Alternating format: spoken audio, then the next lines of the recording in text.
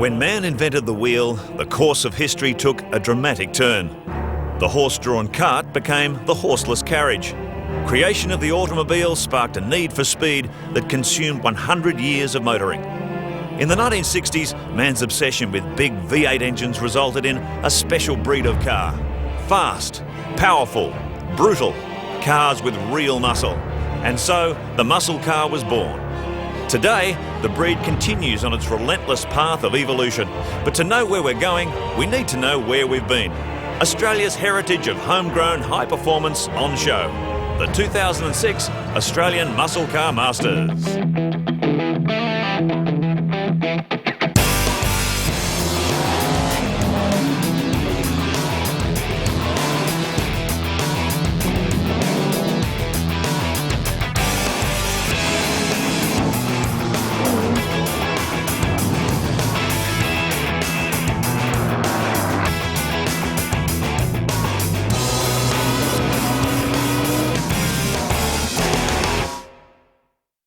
Hello and welcome to the second running of the Australian Muscle Car Masters at Sydney's Eastern Creek Raceway. You know, the first running of the event in 2005 was considered a great success despite torrential rain that poured down throughout most of the day. It may have been uncomfortable for some of the spectators, but it certainly turned on some great on-track action. Now in 2006, the weather gods have smiled on us. Beautiful sunny weather here at Sydney's Eastern Creek Raceway for what should be a great spectacle. Okay, let's check out what's coming up on the Australian Muscle Car Masters. Yes, we'll kick things off with the Bianti Historic Touring Car Racing, where the boys will let it all hang out. Plus all the action of the Group C and Group A touring cars. There'll be loads of superstars and their supercars, including names like Moffat, Morris, Gagan, Bartlett and plenty more. Plus all the colour and excitement of the Master Blast sessions and the Heritage Hot Lap sessions and plenty of muscle cars on show. All that and plenty more to come on the Australian Muscle Car Masters.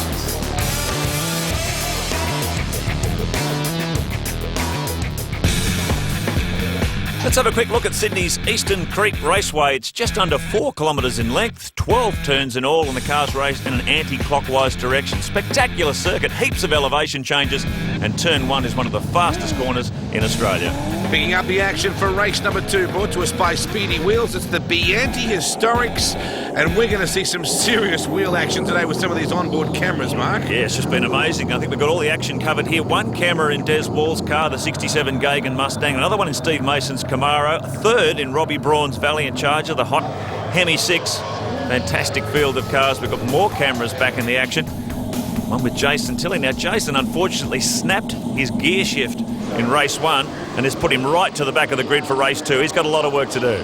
A fantastic crowd in the house, Mark. People have responded to this formula, and look at Mason off the line. Fantastic start from the Chevy Camaro. Des Wall off pole position. Didn't quite get away as cleanly, and now he's got Rob Braun in his mirrors as they swing through turn 1. One of the fastest corners in Australia. He's under attack from Russell Wright just on the outside there in the yellow Falcon. And you can see how hard Robbie's working here. Hard under brakes down into turn 2. What a beautiful sound to listen to those onboards.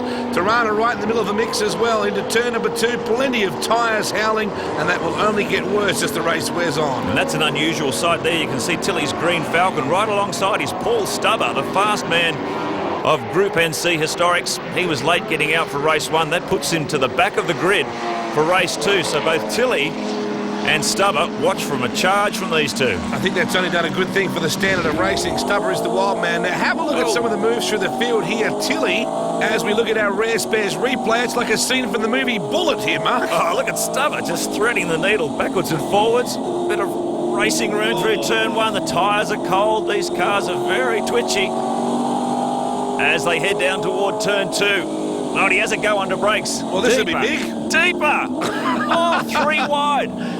Just enough room for the big cars to get into turn 2. Amazing stuff. Forget about the street price of some of these fantastic cars. Now the value. Des Wall really giving him a hard time now. This beautiful Mustang. Listen to it sing. Now the Shannon's in-car camera with Des Wall. A bit of history there. The 1967 Mustang driven by none other than Pete Gagan. Still racing today.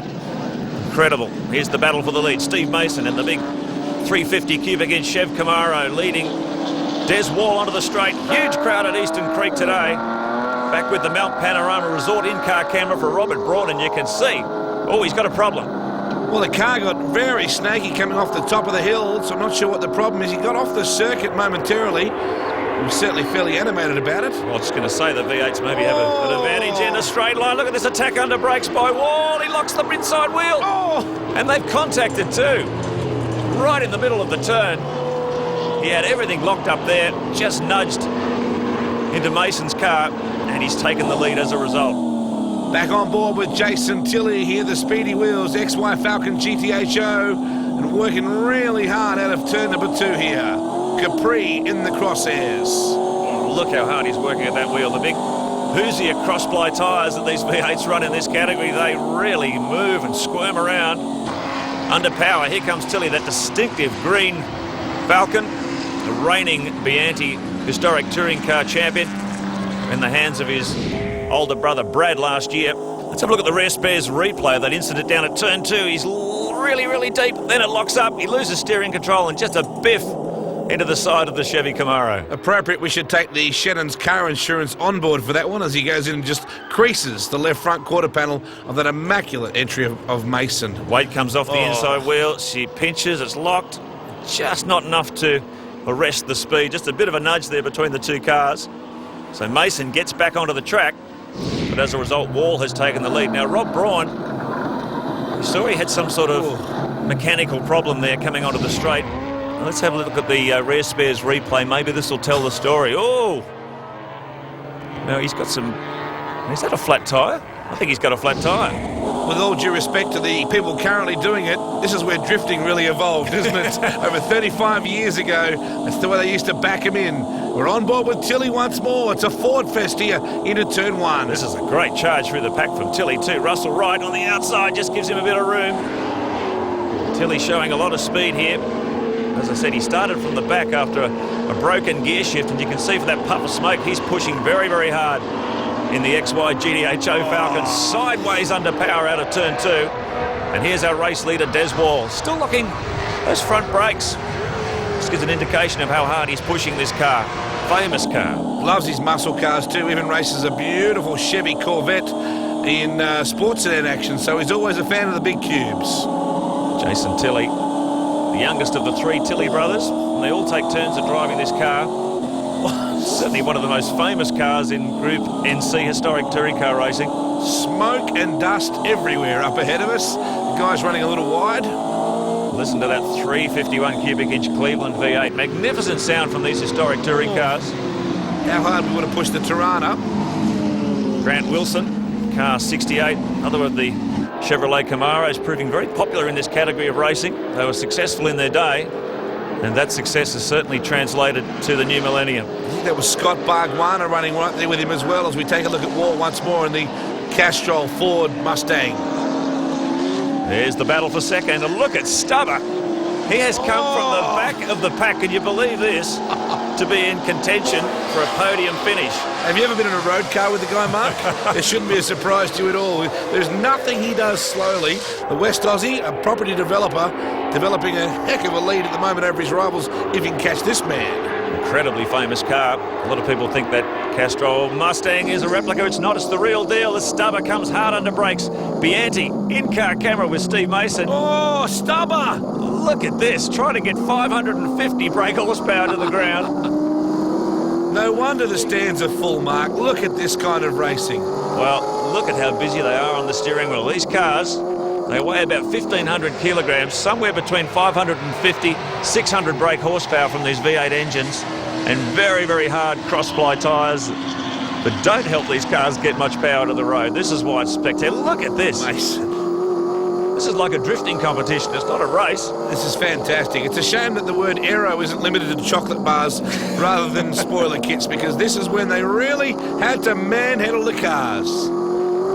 Fantastic stuff. Over Corporate Hill and just sliding in and sliding out. Steve Mason's going to be watching in his mirrors too, as if he hasn't got enough to look at out the front. Jason Tilley is coming storming through the field in the green Falcon.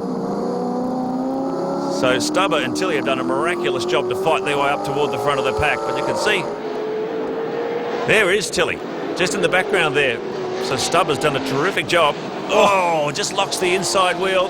He's pushing very, very hard. He's trying to hunt down Des Wall in that famous Pete Gagan Mustang. He's tried all manner of different forms of motorsport, including sprint car racing, so some of this sideways stuff would be not new to him at all. This will be interesting in a straight line. Very, very quick in a straight line, these cars. 5.7 litre engines, highly developed. Very, very quick. 250 Ks in a straight line. Now, what's happened there? They left the door wide open for Mason, who took the opportunity, ducked back into second position. So there's the race lead. Here's the battle for second. There's going to be a three-car battle soon because Tilly is catching the two Chevy Camaros hand over fist. Look at how sideways they are coming out of turn two. The anti-model cars on board of Steve Mason shows just how busy he is behind the wheel. Whoa! You just have to feed the power on so carefully, don't you? Oh, well, they talk about that too, how difficult it is to manhandle these cars, particularly around somewhere like Eastern Creek, which is like constant radius corner leading into another constant radius corner. The car is continually turning. The other thing too, I managed to speak to Gary Rush, whose 1971 GTHO, his Bathurst attempting car, is out there on the racetrack as well. He said after 3 laps you generally didn't have any brakes left anyway, so you really physically had to back the cars into the corners to wash off speed. Exactly, that was a technique they had to use back in those days. And the good thing about the regulations for Group NC is they've kept the actual brake size the same as the production car, so that's why these cars start to run out of brakes toward the end of races. And the guys use a lot of sideways motoring to wash off speed. Now, I said Tilly was coming. Jeez, look at, he's there. Now, keep in mind, the yellow Camaro in this car, the Speedy Wheels in-car camera started off the back of the field, and they have absolutely hammered this field. They're up there now, battling for second place. It's very rare that you'll go past Paul Stubber in this sort of competition, so Tilly's going to give Stubber a big wake-up call. He would be well aware of him. Mason there in the second position.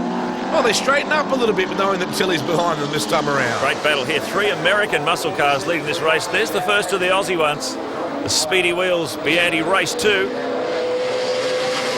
Jason was just saying the tremendous top-end power this 351 Cleveland V8 has in that Falcon. It just gets beyond 7,000 RPM and it just wants to keep revving. Oh, look at Stubber. Wow. That's a fast corner. And he's got that big pulley crossed up. Hard under brakes, he gets him too. So the door was open, so he picks up third spot. And you can just about have Mason coming out of here as well. Big stuff indeed. You can't believe these guys are on bitumen, mate. This looks like dirt. This looks like clay to me. Or ice. Either way. Oh, look at Tilly now. Got him. He's got good power down coming out of that corner. Leaps into second position into turn 4. Stubber. Watch for Stubber now on Mason as well. Boy, he did a number on those 2 Chevys, didn't he? He fixed him up in a space of a few hundred metres. Look out, Des Wall. Cyclone Tilly is on its way. Look at Stubber on the outside here. Mindful, respectful, but still hard on the gas. How good is this racing? Door handle to door handle. Stubber's offline on the outside as they come up toward Corporate Hill, but he's hanging on too. You're implying that Paul's off and on line, are you? He has his own line, the Stubber line. He's certainly got his own distinctive technique of racing, shall we say. Fantastic. It reminds me very much of the old Peter Hopwood days and the big Impala, the way he used to back him in. There was a great iconic motorsport car and driver combination. And this is what these magnificent historic touring cars bring back. Oh, now he's been having some sort of drama under brakes with this car. We've seen it throughout the race, locking the left and right front wheels. He's gone off at turn 12. Has he got some other problem? No, he's got it fired up. Trying to find a gear there. And he's back into the race, but it looks like he's struggling, some sort of chassis imbalance there with the car because it's been locking those front brakes pretty badly. Well, it's just made it a whole lot easier for Tilly, hasn't it? Because look at the lead Wall has now. Imagine what he had before that mistake. Magnificent car. Competed for 5 consecutive seasons with Pete Gagan at the wheel. And here comes Stubber. Hello, Ball. Straight line speed from the Western Australian. Look at this, very, very quick corner, turn 1, one of the fastest corners in Australia. And I think Paul Stubber's intention this weekend is to get through it fully sideways. I just think back to that start, the way they were weaving through the traffic. That was phenomenal. Fastest to the rear for the next one too, eh? Can we dial that one up? What an amazing difference good weather makes as we take a look now at the Shannon's Car Insurance on board, and Des, lucky there was no Wall. Oof, straight off the racetrack. Went very quiet then, stalled. Yep, the engine shut it down. He had to fire it up. The rare spares replay takes you right into the cockpit of the Mustang. Here is Jason Tilley in hot pursuit of the Mustang. Oh, we've missed a couple there. No, I think he's got something more serious than that going on. That sounded like some sort of drivetrain failure to me, because the engine just freewheeled all of a sudden like something snapped. And I think he's out. What's he? Yeah, he's retiring. Well, What a shame. broken gear shift in race 1 showed the tremendous speed of the car in race 2, but looks like some other drama has taken him out after such a brilliant drive from Jason Tilley to get up to second place from the back of the grid. Well, this man has done it all well except for a minor episode back there in the previous lap. The beautiful Gagan Mustang, certainly handily steered by this man here, Des Wall, coming down to take the checkered flag at Eastern Creek Raceway in front of a very appreciative and very good crowd. Well, it is amazing we can see this car competing in the modern day. A lot of people think it's a replica, but it's not. It's the real deal, the real car as driven by Pete Gagan. Great job from Des Wall. He's absolutely pumped, and there's plenty more Bianchi historic stuff coming up later in the program.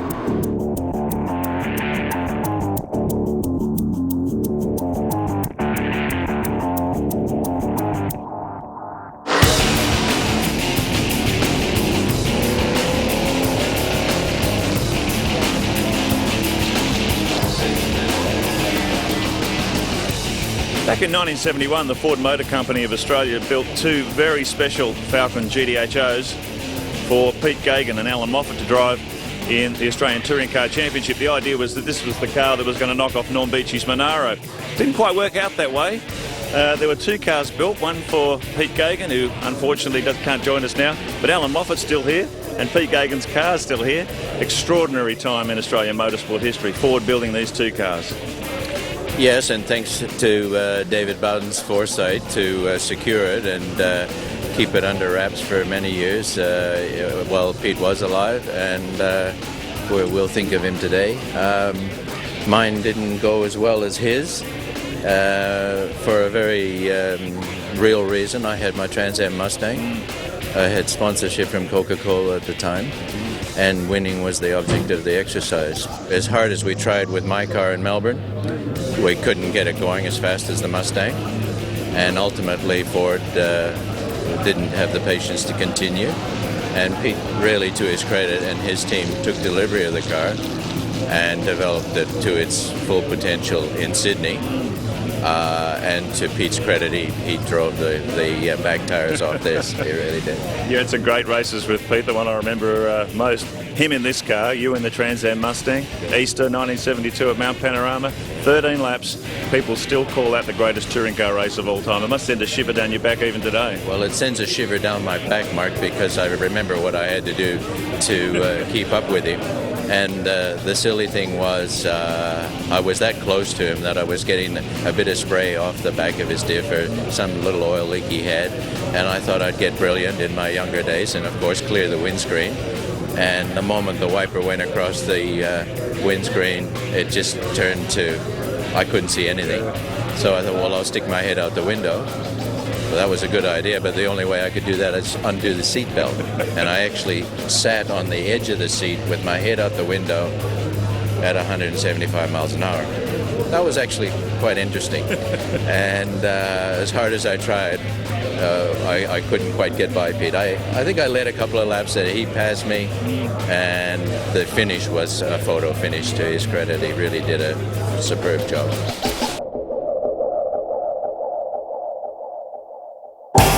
Coming up at the 2006 Australian Muscle Car Masters, all the action of the historic Group C and Group A touring cars, and we catch up with the legend, Bob Morris.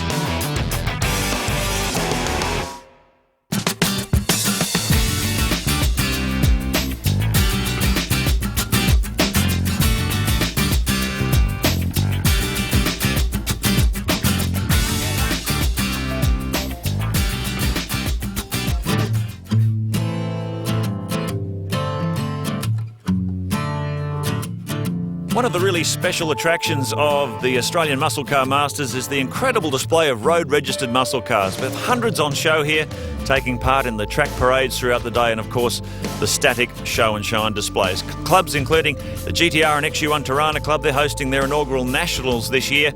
Also clubs representing HDT and the late great Peter Brock Fords, Mustangs, Chryslers, Hot Chargers and Pacers, even Leyland P76, Camaro and Firebird and Bolwell. They're all here.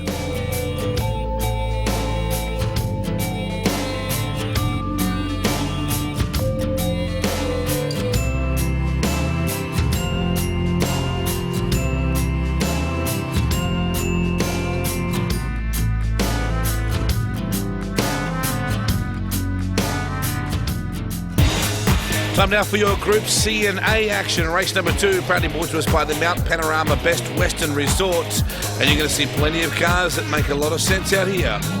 Yeah, Group C touring cars reigned supreme from 1973 to 1984, and then the Group A took over from 85 right through to 92. So there's a great spread of touring car heritage on show. Set for a start in front of a great crowd once more. Trouble getting off the line for the Skyline by the looks of things. On board with Paul Stubber, the talk at turn 4, in-car camera in the ex-Holden dealer team A9X, and he's pretty busy here. Whoa, gets his inside wheel on the grass through turn 1. Cold tyres. He's attacking and attacking hard. Willie Van Wersch in the ex-Bernie Stack Commodore. And there's a great variety of cars out here. All these cars have to be logbook cars, cars that actually competed during the era. So what you're seeing is the real deal. Here we've got the Volvo competing back there in the field as well. There's an RS2000 Escort, an ex-Bobby Holden Escort. So everywhere you care to look, there's just a piece of history out there. So Willie Van Wersch leading in the Bernie Stack Commodore. Norman Mogg there too, in one of the ex-Holden Racing Team Commodores from the late 80s. And Paul Stubber, this car was driven by John Harvey during the Holden dealer team glory days of the late 1970s, when no one could touch these red and white A9X Tiranas. They won just about everything. And Stubber thoroughly enjoying himself. Now look at how sideways he gets on the exit to turn 8. Boy, oh boy, this guy loves getting some angles on these cars. He's smooth, isn't he? Also out there too, I noticed the Beach Thomas Celica GT2000 with a big chickadee livery down the side as well. So it doesn't matter whether it's the car or the livery or just the era that you remember. The memories come flooding back. Look at Stubber here. Look at the way busy. Rare Spares replay gets it. He was so crossed up, you'd swear someone would have lost it, but he managed to gather it up. Norman Mogg, Percy Crompton, Holden Racing Team Commodore from 1989. And he's getting a lot of speed out of this car this weekend. Stubber, though, closes in on the back of the Commodore as they thunder down the main straight. Van Wersch leading, Mogg in second, Stubber in third as he looks down the inside on the approach to turn 1. Always enviously referred to as the walking stick by Ford fans. The walking short just up ahead. Here comes Paul again. Mogg's checking the mirrors going, is it worth it? I must let him past here. Well, he's really got this car dancing, hasn't he? Sneaks up the inside, Mogg gives him racing room. And that's one thing you'll find in this category of racing. There's a fair amount of respect amongst competitors because these cars are the genuine article. They're historic cars. They're gaining in value every day, and no one wants to see them bent. There's the Nissan back there as well. Plenty of heritage. The Peter Jackson Skyline as well. Now, Paul Stubber's actually mic'd up at some point during the race. We're going to be listening to his thoughts. That'll be interesting in itself. It's probably a little bit busy to talk right now, though. Seesawing away at the wheel, they're battling for the lead of this race. One of the fascinating things of mixing Group C and Group A touring cars, though, is you get a comparison of performance from cars over a very large time frame. You've got here the Commodore, which was running in the 80s, and of course the Tirana was running in the 70s. But in this day and age, this Tirana is really giving this Commodore plenty. Look at how sideways he gets. He's really got this car dancing on ice. As you said, Mark, you're getting the matchups that you always pondered about. I wonder what the A9X would be like, up against this or up against that. So we just heard Paul starting to get a bit chatty there as well as he chases the Roe Valley Wines rear spoiler. That's where I'll get in next time, I reckon. He'll be talking his way around the circuit, talking to the car. You can see the autograph too on the glove box as they come back onto the main straightaway as well every time the cockpit lights up. What a good battle for the lead we've got going here. And they're revving this 308 Holden V8, uses the slipstream for the car in front, gets down the side of Willie Van Wersch and takes the lead of the race. Tips it into turn 1. This is a very, very quick corner in these cars. Oh, whoa! This is sprint car stuff. He does come from a sprint car background, but he could be out on the clay. A little bit of out and under. We got him now, we can do it our way.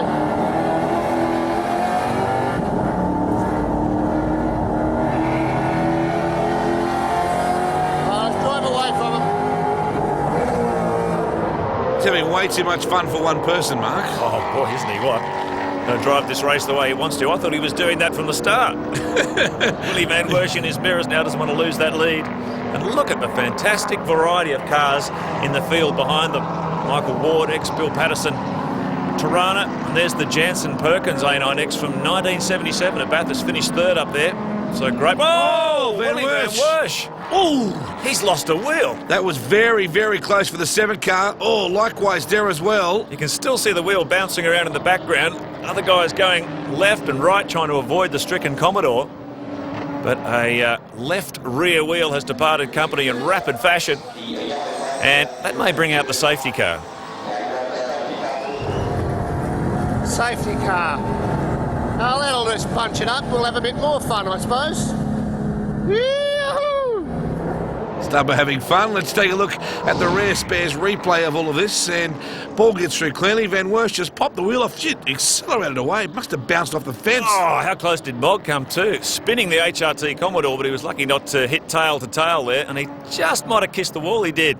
But got away with very light damage. Let's have a look at the Valvoline in-car camera from Frank Binding's viewpoint and the Army Reserve Falcon. And this is the way it looked for Stubber. Bit of understeer here. I'm having a bit of a battle, actually. Turning into oversteer. Oh, Lever's thrown it away. Well, we better just take it easy. Mate.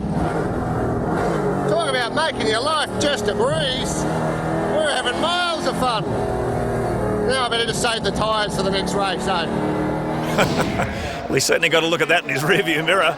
Problems here for Michael Ward in the ex-Bill Patterson Team Brock car. Smoke pouring from the back of that A9X Tirana, so unfortunately, problems there. Now, this is just gas fun, I tell you. John Harvey, I'm very envious of him. He raced this car for 2.5, nearly 3 years with the Holden dealer team. He won plenty of good races, but team orders are team orders. They were promoting Peter Brock, so on a lot of occasions he just had to run second.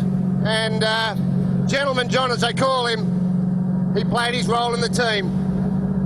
And he's a legend. And I'm just absolutely rapt to be able to come out and just rev it up, burn the tyres, and we don't have to do anything too dramatic except put on a show for the crowd. And look at that crowd, they are just loving it.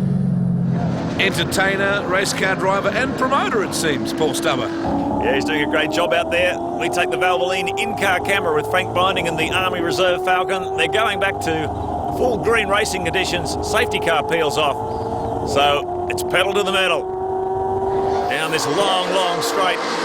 Brett Madron in the Mustang in third place. And this huge crowd at Eastern Creek loving this. Look at this great mix of history here. The Mount Panorama Resort Group C and A race really turning it on for the fans. So Stubber leading. Frank Binding, the Army Reserve Falcon, finds himself up in second place. Brett Madron in the little Group A Mustang, 5-litre V8. One of the cars from New Zealand, built by the Anderson brothers. Competed here at Bathurst on a couple of occasions. And looking very fast and competitive here. But here's our race leader. And hasn't he been turning it on? Just fantastic to see the flares again, isn't it? To see how far they protruded off the side of the bodywork.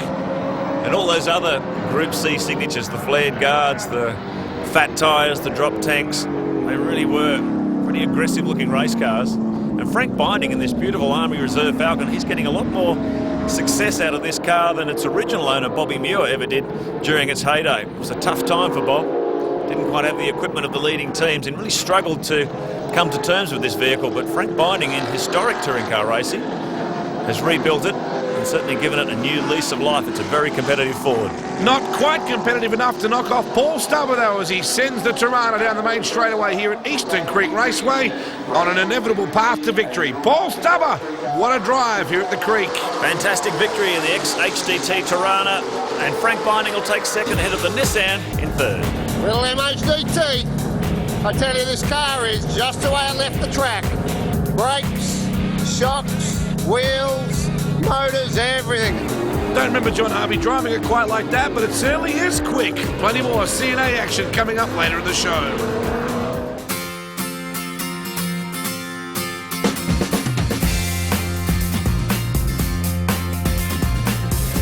Well, one of the many anniversaries being celebrated at the 2006 Australian Muscle Car Masters is, of course, the 30th anniversary of Bob Morris's exciting Bathurst win back in 1976. Bobby, great to see you joining us today, and I believe you're itching. You might be getting in the car and going for a drive. Well, I'd like to give the old girl a bit of a rev up round the track, and let people see that it's not just a static display at the Bathurst Museum, but it does actually run, and it is the rigid edge original car. Yeah. First L34 Tirana produced, I believe. Yeah, it's the very first one down the production line, so that in itself is a bit of history. And as well as that, it had a second place at Bathurst in 75 and one in 76. So it's got quite a bit of history, this car. Must be exciting for you, 30 years on, to be reunited with this car. And I guess when people celebrate that victory, it was one of the most emotional victories I think I've ever seen at Mount Panorama, that race in 76. Yeah, it's sort of, it doesn't seem like it's 30 years ago, to be quite honest. And who would have thought, 30 years hence, that the car would still be looking as pristine now as it did then. Does it give you a thrill just being around this scene? Like 30 years on, the fans, they all know who Bob Morris is, they all know about this car. It just seems to get passed from generation to generation. Well, it is amazing to think that there are guys here that probably weren't even born when this car was racing, and they still know all about it. And, I think that in itself is incredible. Plenty more to come. Soon we chat with racing great Leo Gagan about the RT Chargers. We check out some of the legendary muscle cars in the Master Blast sessions and all the action of the Bianti historic touring car.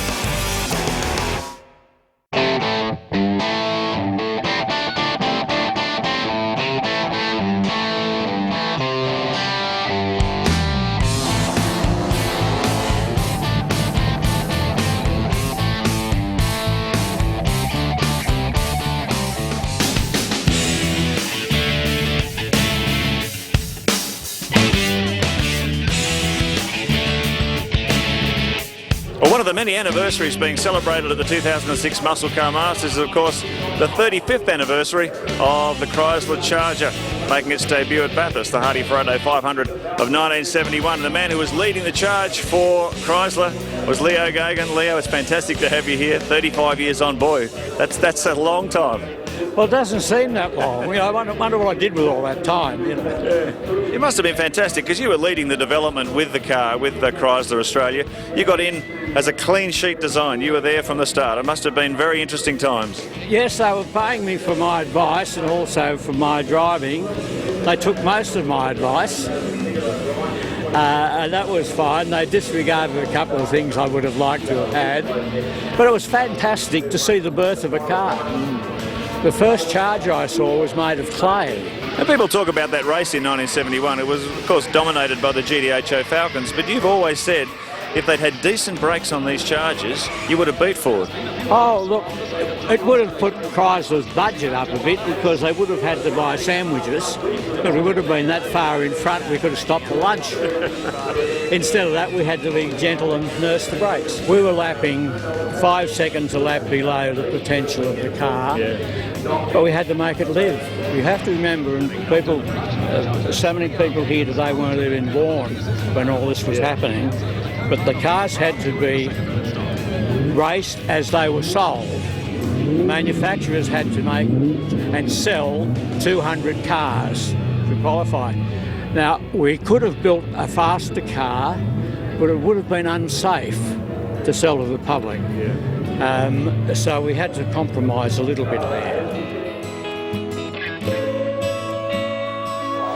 Coming up now, highlights of the Shannon's Car Insurance Master Blast, and some phenomenal vehicles out there for this one, Mark. Oh, this is the fame game, all right. This is the best of the best. And this car's at the top of the pile, a 1965 Mustang driven by Pete Gagan. Records 68 wins from 74 starts. It made it into the Guinness Book of Records for one of the most successful race cars on world terms, a winning ratio of 92%.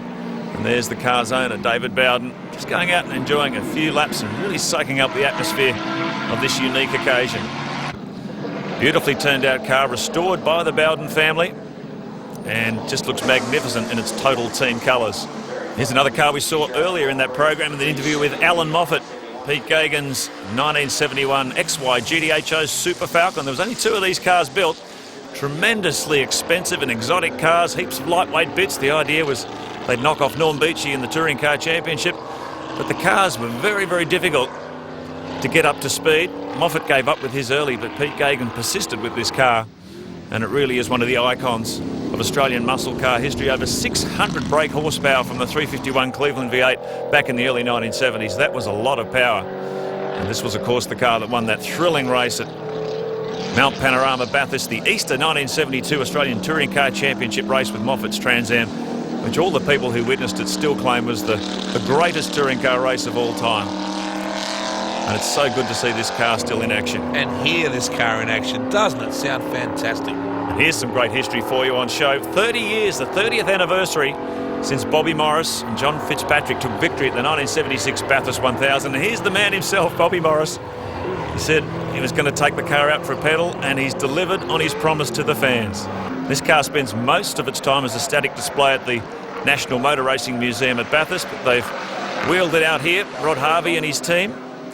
And the Shannon's Master Blast is the opportunity to really blow the cobwebs out of this car. And it's so good to see it back in action. The first L34 Tirana ever built, the first one that came down the line, and it went on to quite an incredible history. Victory at Bathurst in 1976, and one of the most emotional victories I think we've seen in the great race. And look at Bobby Morris.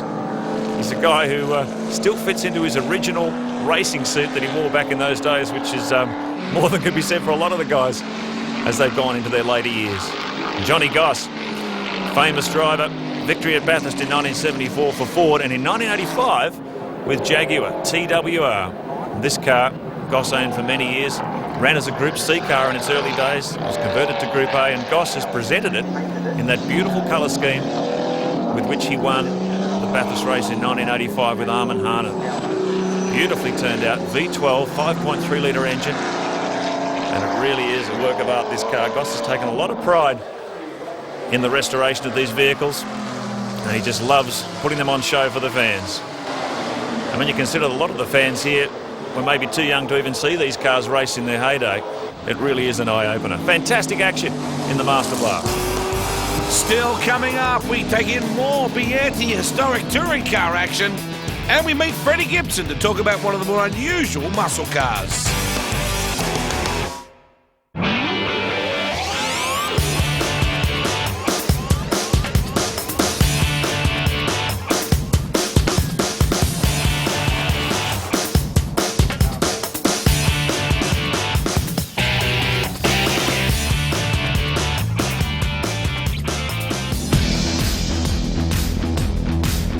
Time now for race number 3 of the Bianchi model cars, historics, and anything can and will happen in this magnificent field of cars. Braun is back with the Charger, which is good news after suffering what we thought was tyre trouble.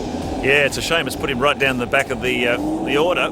And here's the race winner of 2, Des Wall, taking pole position, carrying one of our in-car cameras this weekend and giving us some great pictures. This man too, Steve Mason. And poor old Jason Tilley, boy oh boy, that's been a race against time. He stripped an output shaft in the gearbox, and the boys have been working overtime to get the car back on the track. So once again, he's got to start from down the back. Crowd up on their feet here too, Mark, to watch the start. How into this whole idea, this massive crowd are. I'm sorry about your luck, Jason Tilley, but I'm glad you're back there. It's going to make awesome TV. Great start as the field gets away. Look at Stubber, got the power down, got the jump on Des Wall in the Mustang. And Steve Mason has got excellent traction off the line too. He jumps the Mustang through turn 1.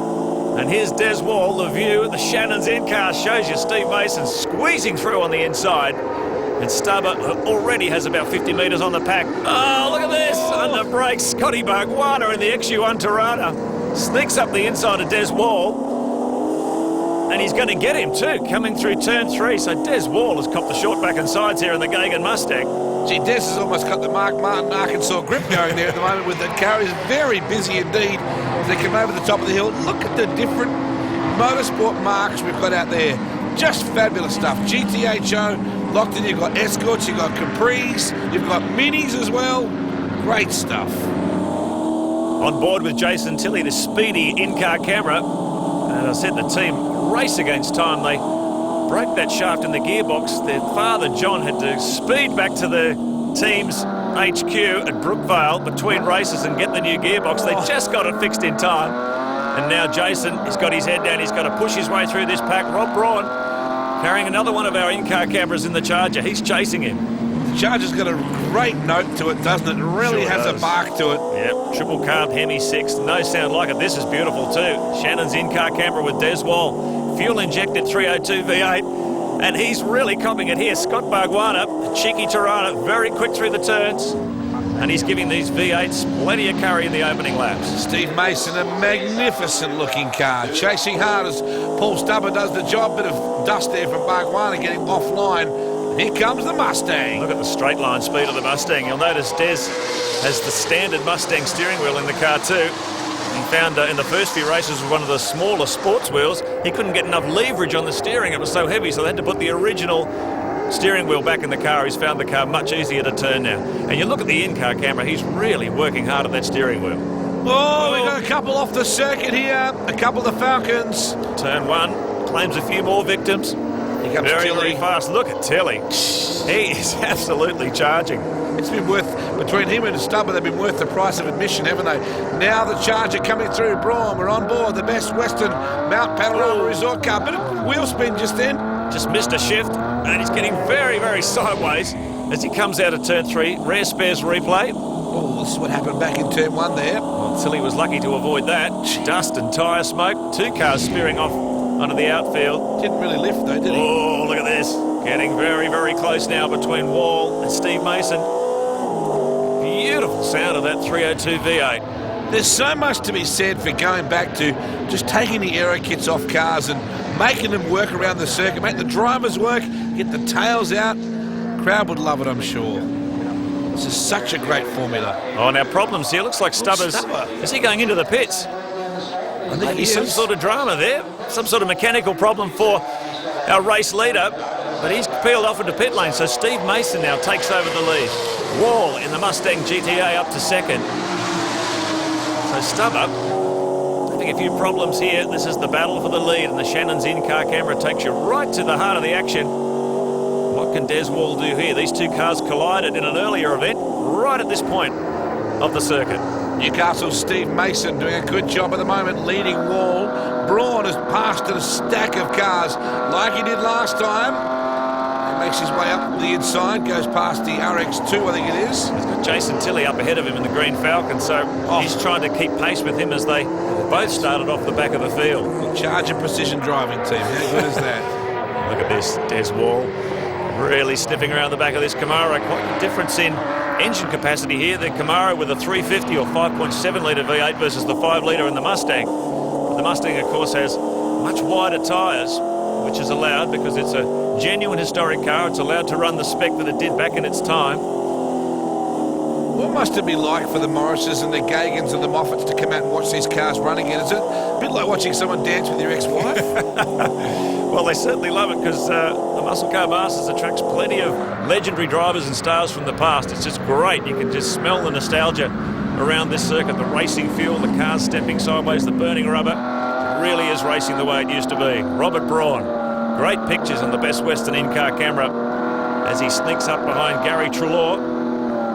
Tries to pick up another position. Very similar colours on these two Chargers. Even though they're not teammates, they hail from the same area, Portland in Victoria. Gary Trelaw races look at the this. 8 Utes when he's not doing this. Sneaks down the inside. Wall's been sniffing around there for a few laps. And it's going to be big. side by side, but I expect the Chevy. Now look at the horsepower in a straight line. Bigger, more powerful engine. And the Mustang can't match that Camaro in a straight line, but he starts to catch him hand over fist through the corners. Listen to an echo off the concrete wall here at Eastern Creek. Sounds fantastic. Wall has to reassess the options. The Shannon's car insurance on board. Clearly showing us how much room he makes up here. Watch him gather it up now, though. His Chevy horsepower is not going to do much around a corner like this. Isn't this fantastic? Whoa! A big handful of opposite lock. He's still trying to gather it up. That's a series of linked recoveries, Mark. But it's just amazing. It just staggers me that this famous car is still competing today. They talk about immortal muscle cars. Well, this is it, because not only did this car compete very strongly in its heyday, won 3 Australian Touring Car Championships, but here it is, still competing in historic touring car racing. And it's left its mark on the car in front, of course. You see the neatly crumpled left front quarter panel of Mason's car. What a fabulous day for it. An enormous crowd, showing that muscle car racing is definitely a crowd favourite. What's Des Wall going to do here? He's managed to together and up Steve Mason. You can see the struggle they have. These cars on the Hoosier cross-ply tyre, it's got a big wobbly bag, a big, really flexible sidewall, and the cars really dance around, particularly when they load them up into the corners and try and get that 550, 600 brake, whatever they've got under the bonnets of these cars now. They're extremely powerful. Well, the man who provides the racing rubber for this sprint car star, Max Dumsney, he'd be absolutely loving this today. What can Des Wall do here? Closes in again, final turn. Come onto the main straight. You just can't match this Camaro in a straight line. It's got more straight line speed. Oh, what's going on here? Oh, no. Now, he's heading down to pit lane. And we're just checking. We've just heard from race control that he's serving a drive-through penalty for jumping the start. Oh. So, unfortunately, the great battle for the lead has just come to zero due to a jump start for Des Wall. So, unfortunately, he's going to drop a lot of positions. But here's a man who's been fighting his way through the pack and has it. This green Falcon got a ton of speed. And what a great driver, too. He's really got the car through there beautifully. This battle rages behind him. Grant Wilson, the orange Camaro, just trying to get past Russell Wright. Let's have a look at the Rare Spares replay of this start and the alleged jump start incident. Now, look at it from this angle. Oh, tell you what, you don't have to be dead to be stiff, do you? This one might tell you. Let's have a look at the lights. You can see the starting lights. Oh, well, that's a tough call. But the steward's decision is final, so that's how it stands. Here's Stubber. Now, we heard from pit lane very sideways on the approach to the main straight. The car was jammed in third gear. That's why he had to come into the pits, and I believe the car is still jammed in third gear. So he's just coming out to put on a bit of a display. Here's our race leader, Steve Mason, getting very sideways on the exit to turn 4. Just can't believe how sideways these cars get. Oh, no. Oh, no. Oh, yes. He's hit the wall too. Now, was that Rob Braun or was that Gary Treloar? I think it's the 99 of Gary Treloar. As the dust clears, it's Treloar, so getting it very sideways on the exit to turn 4. A little bit too sideways. Look at this again on the Rare Spares replay. Whoop! Now, you can't catch that one. Did a good job to try. Oof. As I said, he races utes when he's not racing this magnificent car, but disappointing result. Mason, meanwhile, has got plenty of room up his sleeve. He can have a bit of fun with all this, but look at Tilly. Look at the ground he's made on Bargwanna now. Scott Bargwanna, he'd be getting gobbled up in a straight line from the enormous power of that GTHO Falcon. Somewhere in the region of 600 brake, and boy, it's fast in a straight line. Look at this. Under brakes, oh, another collision. Greg Luca in the Tirana and Joe McGuinness in the XW Ford. Oh, look at this sideways. Wow. He's really turning it on for the fans here, Paul Stubber. He knows he's got no chance of winning this race, but I think he's trying to win a drifting competition. Look at this. Cue the soundtrack. Let me entertain you, Robbie Williams. Rare Spares replay, and the crowd loving it too. You can hear them erupting in the background. They are loving that up in the grandstand. There's a big crowd here on this beautiful sunny day at Eastern Creek Raceway, and there's your race battle. Here's the one for second, and Tilly tries to squeeze it up the outside. Scott Bargwanna having no bar of that. He's going to hold him out, try as much as he can, because he's probably going to get mowed down in a straight line when this green Falcon pounces on him when they get the things pointed downhill. Watch this. On the power early. Tilly looking to pull out. Yep, there he goes. See you later. And this is the way it was back in the early 1970s. The GTHOs had an enormous grunt advantage over the Tiranas, but the Tiranas would eat them alive through the corners and under brakes. Make sure you keep an eye out for the Australian Muscle Car magazine too to announce details of the 3rd annual Muscle Car Masters. What an event the second one was. It was pouring rain the first year, and a massive crowd has turned out here today to see the 2nd annual. Hasn't this been a great fight back from Rob Braun?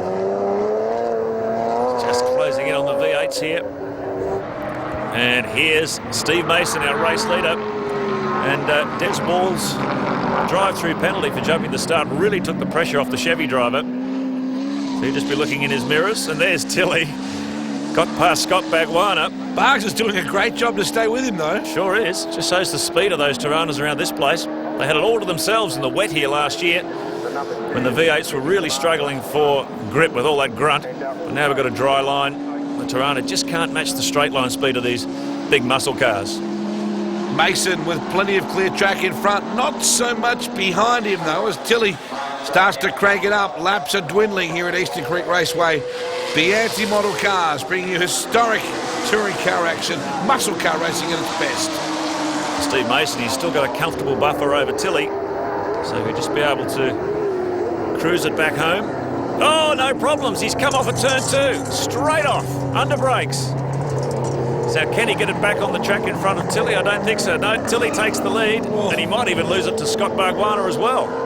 Well, Tilly can't believe his good luck. Well, he just couldn't pull that car up. Let's have a look at this with the Rare Spares replay. Yeah, just ran out of grip or ran out of brakes, something going on there. I know that Steve's been doing a bit of a tyre experiment this weekend. He's trying some different rubber on the back of the car, and maybe, just maybe, they're not being able to go the distance because he's got it all locked up, hasn't he? Look at this. Never even looked like making a corner. No, and he wasn't under too much pressure either, so some sort of drama there, and he's under attack now from Scott Bargwanna, who's taken second place from him as well. Well, that'll hurt. Final lap, and Tilly, well, it was just as well. They ducked back to Brookvale on Sydney's Northern Beaches, got that spare gearbox, got it back in the car just in time, because that's put him in the race lead with 1 corner to run. Looking to wrap it up, a great drive. He came from the back of the bus to do this, remember? So the guys in front had trouble, doesn't matter. Look at this. Mason gives Bargwanna the reality check we're all expecting. You can't match cubic inches in a straight line, that's for sure. So Steve Mason gets it back right on the finish line, but a great drive from Scott Bargwanna in the Tirana. Trouble for Stubber and Wall, unfortunately, but that wraps things up. Nice job for Tilly. Now from one era of muscle cars to an entirely different one.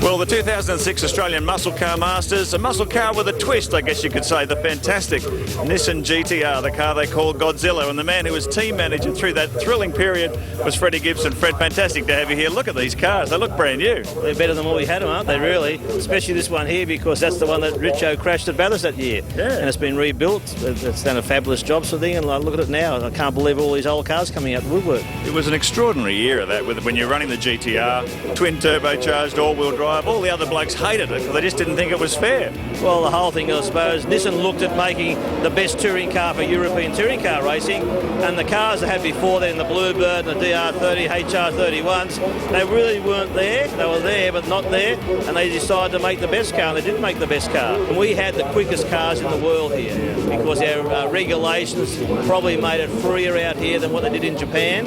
So the car was the best car in touring car racing by far. You're a pack of arseholes. Slightly before he earned the tag Gentleman Jim, that little era, an iconic piece of Australian footage. Heritage Hot Laps now, thanks to Eagle One Car Care products. Oh, some great looking cars.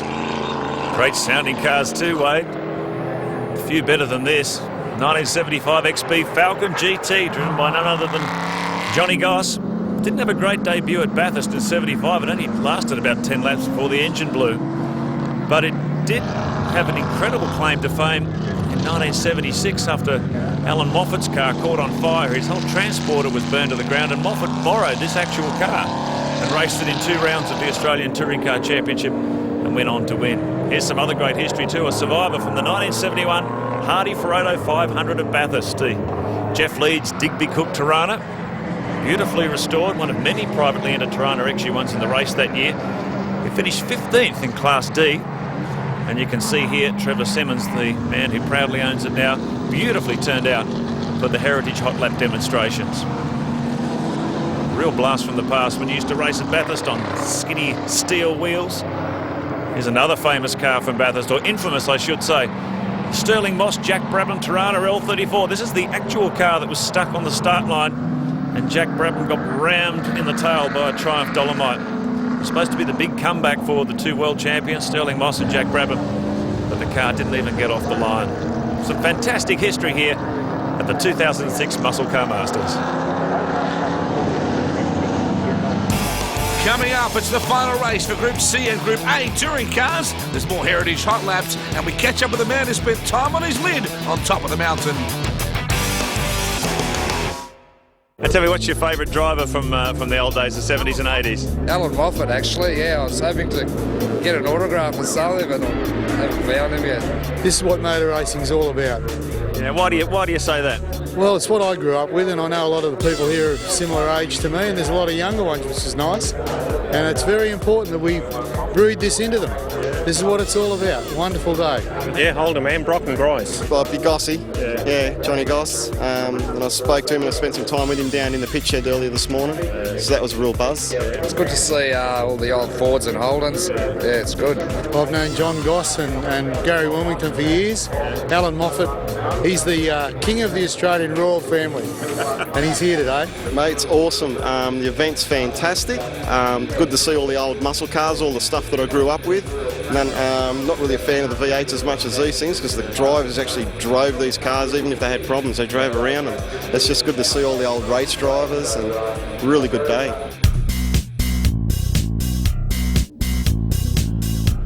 One of the innovations for the Australian Muscle Car Masters is the Ultimate Race Replica Judging Competition. It's a reward for folks who basically recreate some of the classic race cars of the past.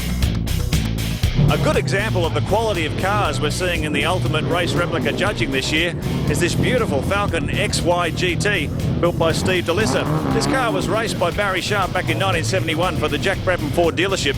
It was written off in a big crash at Amaroo Park, so Steve has authentically rebuilt this car, an absolute nut and bolt replica of the real race car. The judging competition has certainly been well supported too. Steve DeLissa's XY GT Falcon is among a gaggle of great cars. Brock's 1975 Bathurst-winning Tirana, the Jane Gagan A9X. Famous cars from the early 1970s, including Leo Gagan's Works Charger RT E38. But the winner was this blast from the fabulous 50s, Bruce McPhee's FE Holden, built by Philip Ilfield. Back on track now. In fact, the Valvoline onboard camera of Frank Binding's Ford XD Falcon brings us to the C and A race number 3. Look at this rare spare sponsored massive crowd in the house. Now you might notice that Paul Stubber, the winner of race 2, is not on pole position where he should be. He's starting off right from the back. Now the rumour going around the pits before this race was he's chosen to start from the back just to give us some great pictures from the in-car camera. And if that's the reason, well, get ready for a show. I heard it was a crowd vote. Either way, Binding will start on the front row by himself. Watch for the Skyline too, which gobbled up a couple of spots late in race number 2 as we go green here at Eastern Creek Raceway. Craig Marlin just got 3rd place in that previous race, but look at this, Paul Stubber, the talk at turn 4 in-car camera, storming his way through the field in the A9X Tirana. He's faster than everyone in this field. He's already proven it in race 2.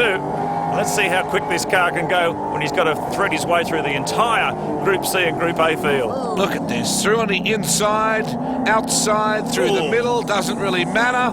Coming up on a Bluebird by the looks of things as well. Great stuff. This car's got a ton of speed as the field come out of 3, plunge down into turn 4. It's Frank Binding in the Army Reserve Falcon and Brett Madron in the Group A Mustang right up his tailpipe. Nissen in 3rd. Craig Marland, but back on board with Paul Stubber. And look at these great pictures. Word given to the rest of the field to check your mirrors. Repeat, check your mirrors. Boy. Here he comes again, another spot out of the way, and a quick wave to say thank you. Well, he's certainly showing how much speed this car's got relative to the rest of the pack. He's gobbling them up one after the other. They come out of turn 8, down toward turn 9. Here's the race leader, Binding in the Army Reserve Falcon, Madram in the Group A Mustang. And here's Stubber. How many positions has he made up? I've lost count. Enough. He's passed a stack of them. This will be top 5 right now. 4th, I'd say he's right now. So a big run from Paul. There he is, right in behind the Skyline. Craig Marland in the Skyline there. And he's got this A9X Tirana about to pounce. So great to see the old sponsorships, the old liveries still on there. Down the main straightaway. Binding will open up a bit of ground over the Mustang, you thing, but get ready. Here comes Cyclone Stubber. Oh, it's got a bad first lap. Got a bit of smoke in this thing, though. We better keep an eye on the gauges. What gauges? We've got no oil pressure. Whoa, we better turn that off. Whoa. Whoa.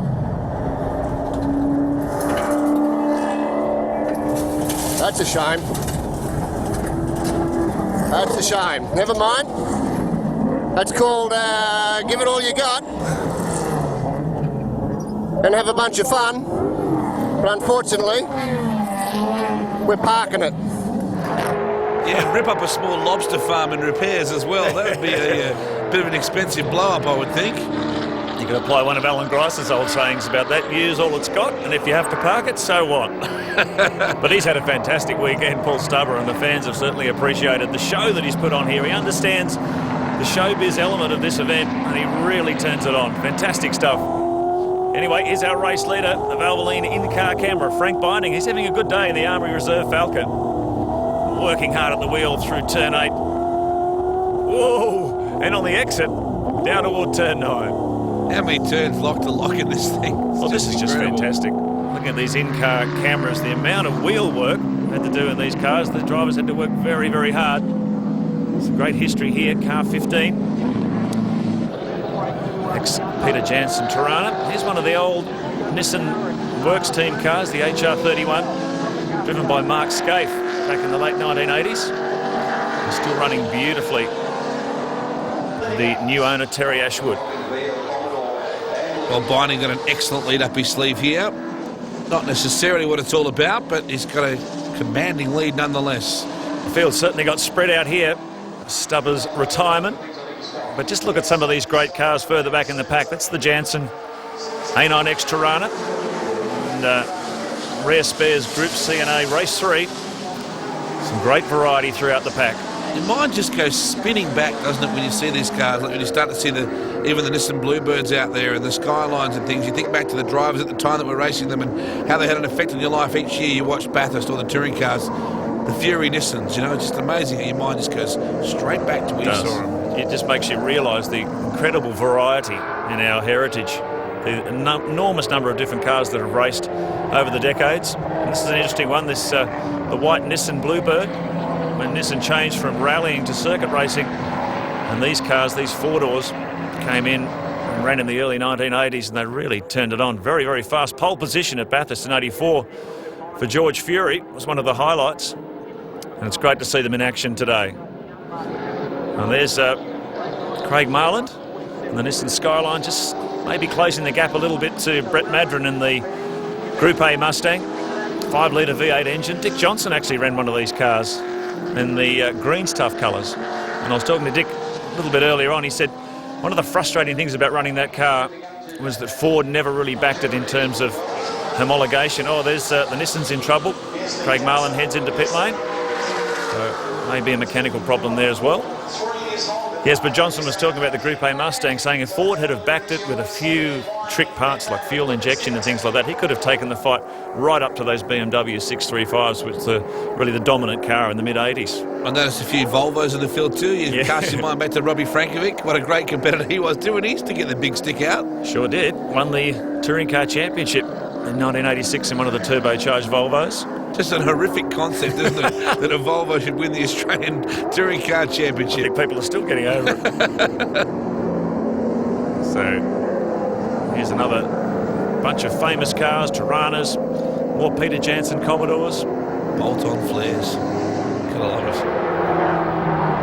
This car built by the Anderson brothers in New Zealand. Oh! That's a good drift shot. Brett Madron's really enjoying himself out there. I think he knows he can't close the gap to Frank Binding, race leader, the Valvoline in-car camera. Very courteous he is too, and the other cars give him racing room. Been a very polite weekend, really, hasn't it? He's really enjoying himself out there. It's so good to see him having success in this car. He's put a lot of money, a lot of time, a lot of development into it, and he's a runaway winner here. The car looks superb in that Army Reserve paint scheme. Certainly one of the most distinctive paint schemes we've seen in the history of touring car racing that certainly has great recall amongst the fans today. And of course, the great Pete Gagan co-drove with Bob Muir in this car at Bathurst one year. So a bit of history here for Frank Binding. The crowd give him the cheer as he takes the checkered flag. An easy victory for the president of the Group C Touring Car Association, Brett Madron. He had some fun out there in those final laps too, takes second place in the Mustang. Coming up, we return to Heritage Hot Laps Heaven. We chat with Kevin Bartlett, and there's even more Master Blast action.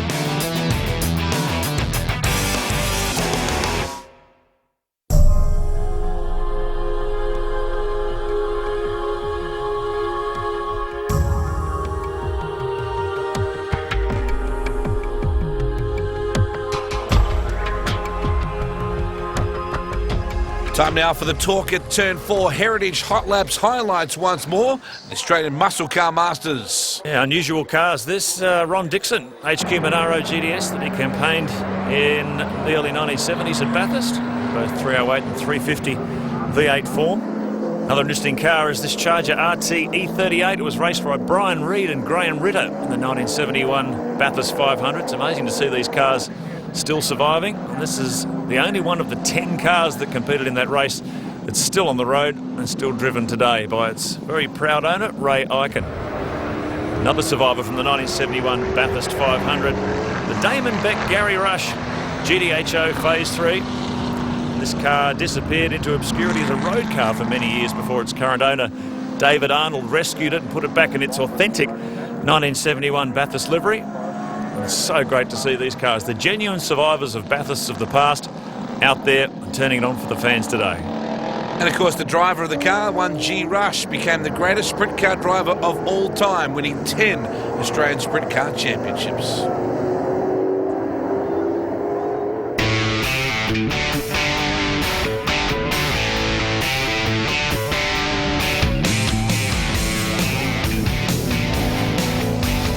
Well, it's a wonderful atmosphere at the 2006 Muscle Car Masters as we welcome an old mate of ours, Kevin Bartlett, and of course the 9 Sports Camaro. Great to have you back here, KB. Last year it was very, very wet, and I remember your face was almost white with fear driving that thing around on, what, 30-year-old tyres? Well, I wouldn't have called it fear. I was petrified, but it was fun, actually. I like it when it's sideways like that, and it was continuously sideways the whole way last year. Yeah. Now, speaking about driving this magnificent car in the wet, this is, of course, the 25th anniversary of that scintillating pole position lap you did at Mount Panorama in 1981. Pouring rain. You absolutely went out and wrung this car's neck, and everyone just cheered. They were just in disbelief. Has that sort of faded in your memory, or does 25 years ago seem like a click of the fingers? It is a click of the fingers. You've got that quite right. I can still remember very, very much every inch of the track on that wet day. I can remember where the puddles were. It's amazing, isn't it? Well, the fans are certainly looking forward to seeing this car come out on the track. Are you staggered at the response, at the incredible feeling people have for this car all this time, on? Well, yes, I am staggered in as much as they've shared what I share. This is the best touring car I ever had. And I've driven a lot of touring cars for a lot of different people, but this is the one that I built for me. In other words, every change we made was to suit my feel of the motor car rather than as a compromise. When I had Bondi driving for me and Bob Forbes, everything they said went out the window. It was, no, sorry, can't do that. This is KB's car. Yeah, that's right.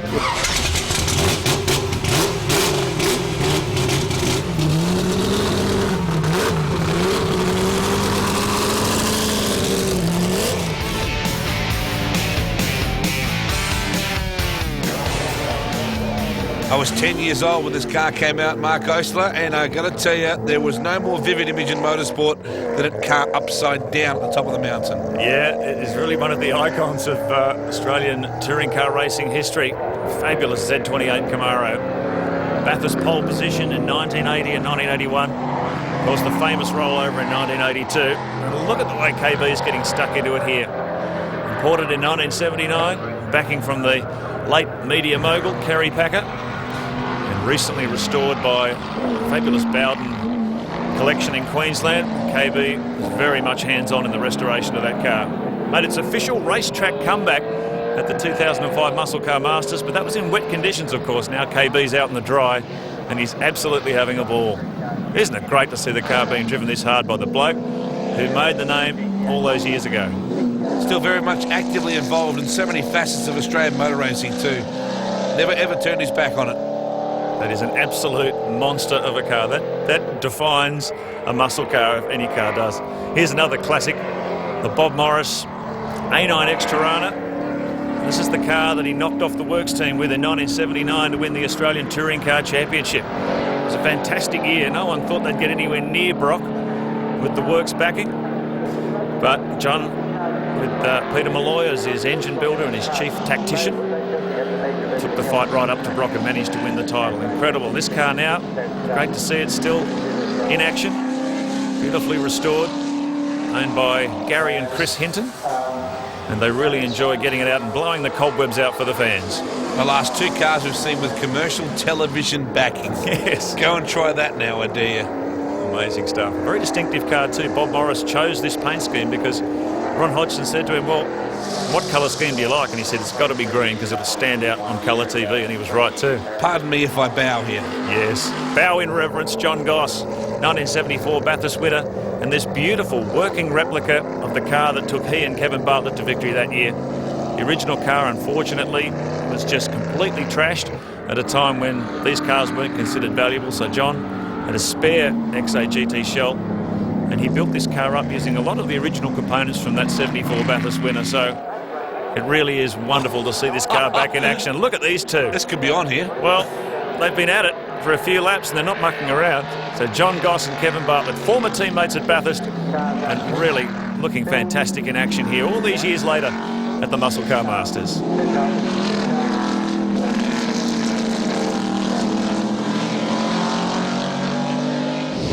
Well, the 2006 Australian Muscle Car Masters is grinding to a close, but as you can see, the fans are still hanging around. They've had a great day and they don't want to leave. There's been lots of famous cars, lots of famous drivers. The fans have had a lot of their stuff signed and they've met some of these legendary drivers from the past. It's been a great day out for everybody else.